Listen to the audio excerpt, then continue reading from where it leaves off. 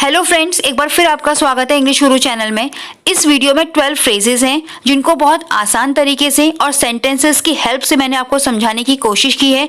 तो इस वीडियो को आप लास्ट तक ज़रूर देखें क्योंकि फ्रेजेस से हमारे इंग्लिश और भी ज़्यादा इंप्रेसिव बन जाती है, क्योंकि कॉमन वर्ड्स हम वहाँ पर यूज़ नहीं करते बल्कि फ्रेज का यूज़ करते हैं। और फ्रेज वही यूज़ करेगा जिसको उसकी नॉलेज होगी या जिसको पता होगा कि वो वहाँ पर कहाँ बोलने हैं। तो इस वीडियो को आप लास्ट तक ज़रूर देखें। अगर आपको अच्छा लगे तो लाइक, शेयर और कॉमेंट ज़रूर करें। ट्राई ऑन का मतलब है पहनकर देखना, मतलब किसी कपड़े को या किसी ड्रेस को अपने पे ट्राई करके देखना कि वो फिट हो रही है या नहीं। तो ट्राई ऑन मतलब पहनकर देखना। इस सेंटेंस को देखिए, क्या मैं इस ड्रेस को पहनकर देख सकती हूँ, मतलब पहनकर देख सकती हूँ कि मुझे फिट हो रही है या नहीं। तो may I try on this dress, may I try on this dress. तुम इस ड्रेस को पहनकर देख सकती हो, मतलब इसे ट्राई कर सकती हो। तो you can try on this dress, you can try on this dress. Suit सिलने के बाद टेलर ने मुझे उस सूट को पहनकर देखने को बोला।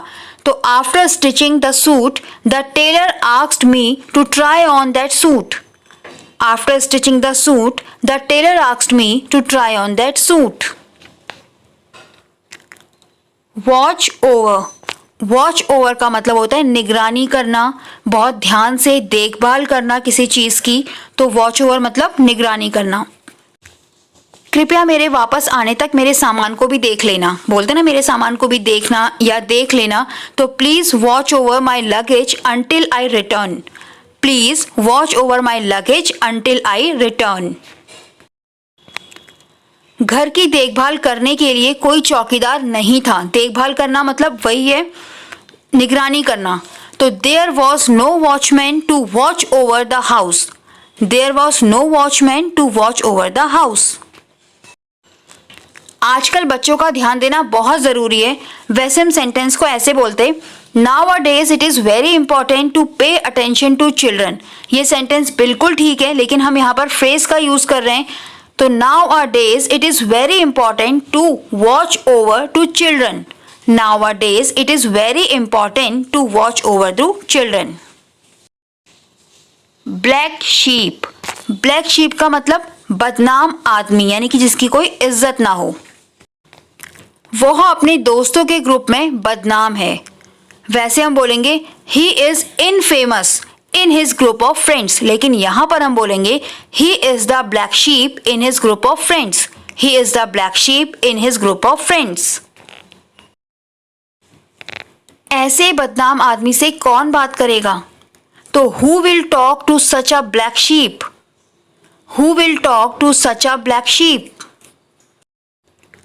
जब मैंने अपने घर में बताया कि रूपा मेरी दोस्त है तो सब ने बोला कि तुम उस बदनाम लड़की से क्यों बात करती हो।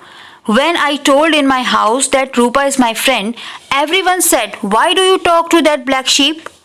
When I told in my house that Rupa is my friend, everyone said, why do you talk to that black sheep?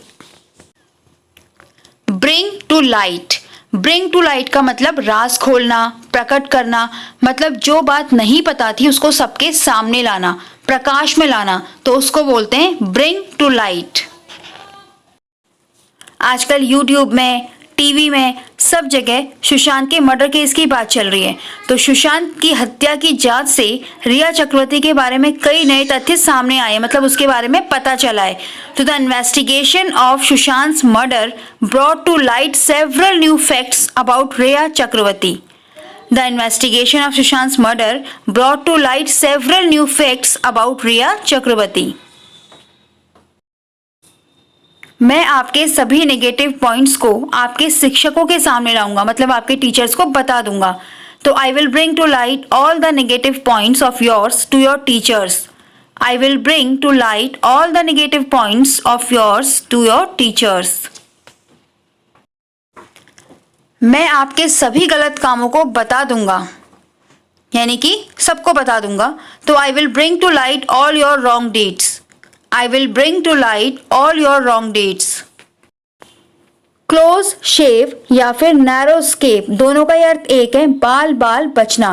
Close शेव जिसे नैरो शेव भी बोलते हैं और नैरो स्केप जैसे हम बोलते हैं यार आज डांट खाते लेकिन बाल बाल बच गए, या फिर आज तो एक्सीडेंट हो ही जाता लेकिन बाल बाल बच गए, तो उसके लिए क्लोज शेव या फिर नैरो स्केप यानी कि बाल बाल बचना।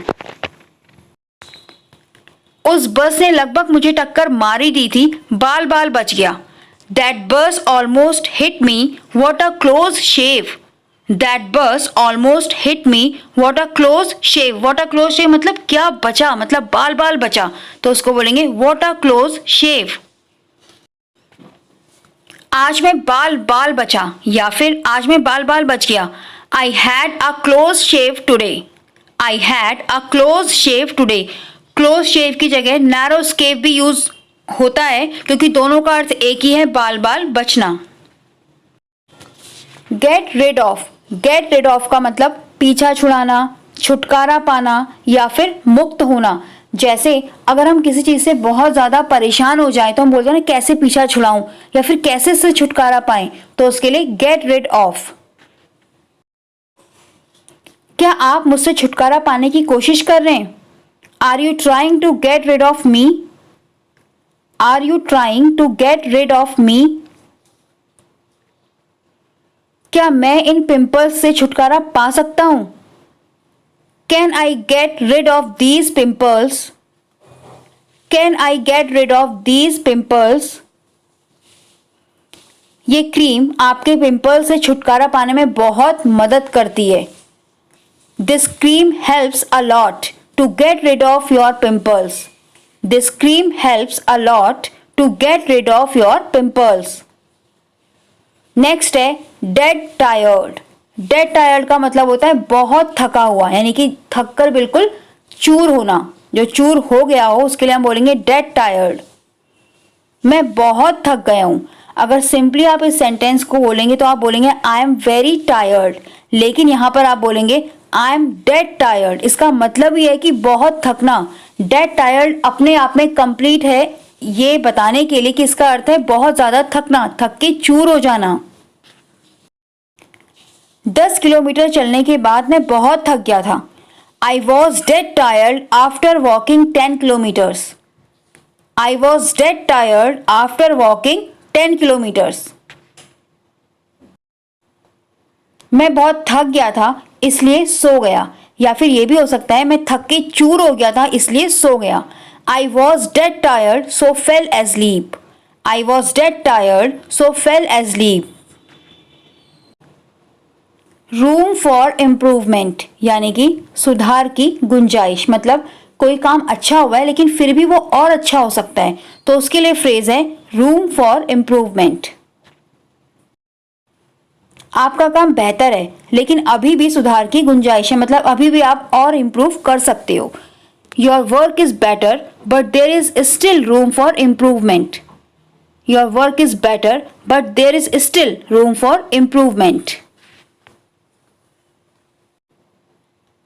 आप में बहुत सुधार आया है पर फिर भी मुझे लगता है कि कुछ सुधार की गुंजाइश है, मतलब और ज्यादा इम्प्रूव कर सकते हैं। You have improved a lot, but still I think there is some room for improvement. You have improved a lot, but still I think there is some room for improvement. Out of pocket. Out of pocket का मतलब पैसा ना होना। अगर आप सौदा तय करने में फेल हो गए तो आपके पास पैसे नहीं बचेंगे, मतलब कोई भी डील फाइनल करने में। If you fail to settle the deal, then you will be completely out of pocket.